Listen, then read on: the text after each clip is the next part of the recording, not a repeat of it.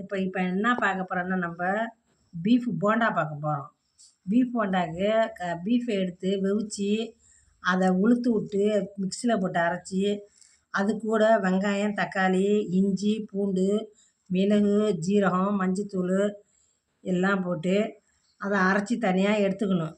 எடுத்துட்டு தேவையான அளவு உப்பு போட்டுட்டு அதுக்கப்புறம் நம்ம ஆச்சி மசாலா ஆச்சி பஜ்ஜி மாவு வாங்கி அதை போட்டு நல்லா பிசைஞ்சி ரெடி பண்ணி வச்சுருக்கோம். ரெடி பண்ணி வச்சு இப்போ உருண்டையாக போட்டு நம்ம எப்படி போண்டா செய்கிறோம்னு சொல்லிட்டு வாங்க. நம்ம போண்டா ரெடி பண்ணி வச்சாச்சு. வாங்க எண்ணெய் சட்டியில் போட்டு பொரிச்சு எடுக்கலாம்.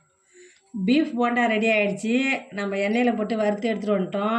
இங்கே பாருங்கள் எப்படி சூப்பராக இருக்குண்டு. சூடான சுவையான போண்டா நல்லாயிருக்கும். நீங்களும் செஞ்சு பார்த்துட்டு பாருங்கள், வேறு லெவலாக இருக்கும். நல்லாயிருக்கு. நீங்களும் சாப்பிட்டு பாருங்கள். எங்களுக்கு ஷேர் பண்ணுங்கள், சப்ஸ்கிரைப் பண்ணுங்கள்.